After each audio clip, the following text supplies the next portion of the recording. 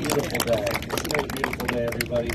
Thank you, Stephen, for the kind introduction. I want to thank the Pueblo Conservancy District, Pueblo County Commissioners, council members, the mayors here, Pueblo West Metro Board, the Water Conservation Board. We're joined by Lieutenant Colonel Pat Stevens, Army Corps of Engineers.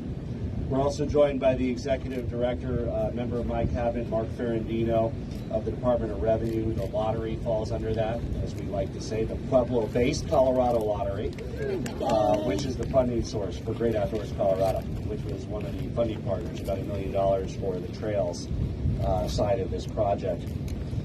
A lot of hard work, a lot of collaboration went into this moment and the moments ahead, but it also comes out of tears and tragedy.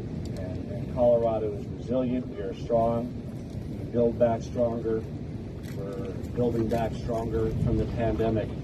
And of course, we're building back stronger from the disaster that struck on an ordinary afternoon a century ago today, when a cloud burst, emptied several inches of rain in just several minutes that caused the Arkansas to rise 15 feet.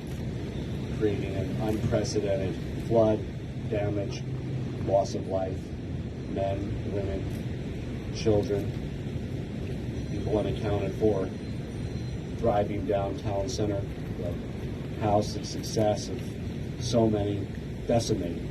And the impacts were felt hundreds of miles away, across the valley. It seemed at that time that so much was lost. But this was a defining moment, and we came back stronger. We wouldn't let the tragedy define or burden the future of Pueblo. Rising above the tide, the Pueblo Conservancy District was created just 3 years after the flood. By 1925, they built a levee diverting rising waters away from Pueblo.